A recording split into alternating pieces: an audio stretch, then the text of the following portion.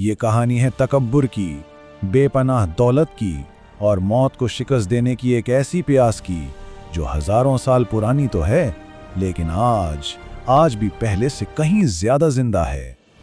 और हमारी कहानी का आगाज कोई बहुत पुराने वक्त से नहीं होता, बल्कि बिल्कुल हाल ही में जून 2022 ओमान का वसी सहरा। यहाँ एक ऐसा वाकया पेश आया जिसने एक दफनशुदा राज पर से पर्दा उठा दिया। एक टेलीकॉम कंपनी के 2 भारतीय इंजीनियर्स जो यहाँ काम के सिलसिले में आए थे, अल शशर के सहरा में पुरस्कार तौर पर लापता हो जाते हैं। और ये कोई आम सहरा नहीं है, ये रबुल खाली का किनारा है, जिसे खाली कोना भी कहते हैं। एक ऐसी जगह जहां मीलों तक सिर्फ रेत और खामोशी का राज है। इनकी गुमशुदगी पर एक बहुत बड़ा सर्च ऑपरेशन शुरू होता है, और जब मैं कहता हूं बड़ा तो इसका मतलब है कि ओमान की पुलिस, एयरफोर्स, यहां तक कि फौज सब इसमें शामिल थे। हेलीकॉप्टर दिन रात परवास करते रहे, लेकिन 6 दिन की मुसलसल कोशिश के बाद भी कुछ नहीं मिला, कोई नामो निशान नहीं। ऐसा लगा जैसे सहरा ने उन्हें निगल लिया हो। और फिर आखिरकार एक मकामी बद्दू जो सहरा के चप्पे चप्पे से वाकिफ था, उनकी लाशें ढूंढ निकालता है।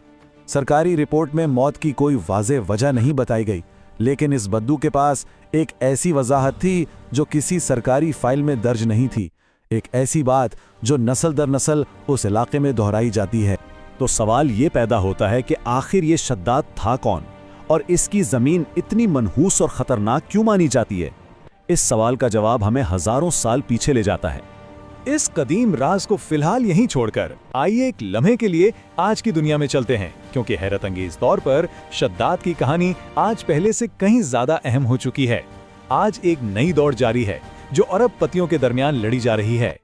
आज के दौर के बादशाह वो सिलिकॉन वैली में रहते हैं। Brian Johnson, Jeff Bezos, Larry Ellison, ये वो लोग हैं जिन्होंने टेक्नोलॉजी के जरिए दुनिया को अपनी मुट्ठी में कर लिया है, और अब वो कायनात के सबसे बड़े और हतमी कानून को चैलेंज कर रहे हैं, मौत को। उनका मकसद है मौत का हल निकालना, बिल्कुल उसी तकब्बुर के साथ जिसके साथ शद्दाद ने जमीन पर जन्नत बनाने का ऐलान किया था। और ये कोई साइंस फिक्शन फिल्म का सीन नहीं है, ये हकीकत है। कोई अपने 17 साला बेटे का खून अपने जिस्म में मुंतकिल करवा रहा है, तो कोई अरबों डॉलर सिर्फ इस तहकीक पर लगा रहा है कि इंसानी खुलियों को बूढ़ा होने से कैसे रोका जाए। यहाँ तक कि गूगल जैसी बड़ी कंपनी ने एक ज़िली इदारा सिर्फ इसी मकसद के लिए बनाया है, जिसका मिशन ही है मौत का हल निकालना। ऑरेकल के बानी लैरी एलिसन का ये जुमला इस पूरी सोच की अक्कासी करता है। ये सिर्फ लंबी जिंदगी की ख्वाहिश नहीं, ये मौत के तसव्वुर के खिलाफ एक गुस्सा है, एक बगावत है। ये उस यकीन का इजहार है कि अगर इंसान हर चीज को कंट्रोल कर सकता है तो मौत को क्यों नहीं। तो चलिए अब वक्त में हजारों साल पीछे चलते हैं और उस शख्स से मिलते हैं जिसने तारीख में पहली बार इतने बड़े पैमाने पर इस ख्वाब को हकीकत बनाने की कोशिश की। इसका नाम था शद्दाद बिन आद। शद्दाद की ताकत का तसव्वुर करना भी मुश्किल है। तारीख बताती है कि 1000 कबाइल के सरदार उसके ताबे थे और उसकी सल्तनत मशरिक से मगरिब तक फैली हुई थी। उसके पास बेतहाशा दौलत थी और लामहदूद इख्तियार था। और सिर्फ यही नहीं, रिवायात के मुताबिक उसे गैर मामूली तौर पर तवील उम्र भी अता हुई थी। कहा जाता है कि वो 900 साल तक जिंदा रहा। जब किसी एक शख्स के पास लामहदूद ताकत, बेहिसाब दौलत और इतनी लंबी उम्र हो, तो उसके अंदर एक बहुत खतरनाक चीज जन्म लेती है, तकब्बुर। एक ऐसा गुरूर जो इंसान को ये यकीन दिला देता है कि वो हर चीज पर कादिर है, यहाँ तक कि कुदरत के कवानीन पर भी। जब इस दौर के पैगंबर हज़रत हूद अलैहिस्सलाम ने उसे एक अल्लाह का पैगाम दिया, तो शद्दाद का जवाब किसी बादशाह का नहीं बल्कि एक ताजिर का था। उसने पूछा, अगर मैं तुम्हारे खुदा पर ईमान ले आऊं तो बदले में मुझे क्या मिलेगा? और जब हजरत हूद ने उसे अल्लाह की जन्नत की नेमतों, उसके सोने चांदी के महलात और बागात के बारे में बताया, तो शद्दाद ने तकब्बुर से कहका लगाया और कहा, ऐसी जन्नत की मुझे कोई ज़रूरत नहीं, मैं इससे बेहतर जन्नत खुद इसी ज़मीन पर बना सकता हूँ। और फिर शद्दाद ने अपने इस दावे को हकीकत का रूप देने के लिए तारीख के सबसे अजीमुश्शान तामीराती मंसूबे का आगाज़ किया। एक ऐसा मंसूबा जिसकी मिसाल न उससे पहले कभी मिली थी न उसके बाद। इसका ख्वाब था सोने और चांदी की ईंटों से बने महलात, याकूत और ज़बरजद के सुतून और ऐसी ज़मीन जो मुश्क व अंबर और मोतियों से बनी हो।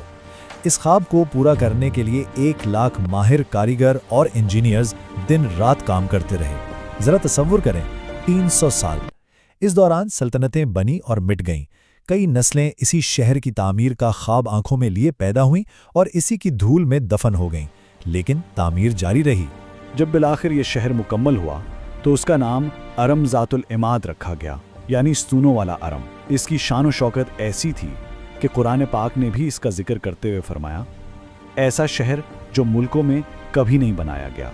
300 साल के तवील इंतजार के बाद आखिरकार वो दिन आ ही गया जिसका शद्दाद को इंतजार था। वो अपने हजारों साथियों के अजीम शान काफिले के साथ अपने बनाए हुए बहिश्त में दाखिल होने के लिए रवाना हुआ। वो अपनी जन्नत के दरवाजे पर पहुंचा। उसकी जिंदगी भर की मेहनत, उसका सबसे बड़ा ख्वाब, उसके तकब्बुर का सबसे बड़ा सबूत उसकी आंखों के सामने था। उसने घोड़े से उतरने के लिए एक कदम रिकाब में रखा और दूसरा कदम अपनी जन्नत की जमीन पर रखने ही वाला था। लेकिन ठीक उसी लम्हे जब कामयाबी और उसके दरमियान सिर्फ एक कदम का फासला था, वक्त थम गया। मलकुल मौत आ पहुंचे। शद्दाद ने अपनी बनाई हुई जन्नत को अपनी आंखों से देखा जरूर, मगर इसमें एक सांस लेने की भी मोहलत ना मिली। उसका जिस्म बेजान होकर वहीं गिर गया, दरवाजे के बाहर। सदियों तक अरम का शहर सिर्फ एक कहानी, एक दास्तान समझा जाता रहा। लेकिन फिर 20वीं सदी में इस कहानी ने एक हैरानकुन मोड़ लिया, जब एक अमरीकी फिल्मसाज इस अफसानवी शहर को हकीकत में तलाश करने के जुनून में मुब्तला हो गया। निकोलस क्लिप नामी इस शख्स ने पुरानी किताबों, कदीम नक्शों और बदुओं की कहानियों पर सालों तहकीक की। आखिरकार इसने नासा को इस बात पर कायल कर लिया कि वो स्पेस शटल चैलेंजर पर लगे एक खास रेडार के जरिए उस सहराई इलाके को स्कैन करें। ये रेडार रेत के नीचे छिपी चीजों को देख सकता था। जब रेडार की तस्वीर वापस आईं तो साइंसदान हैरान रह गए।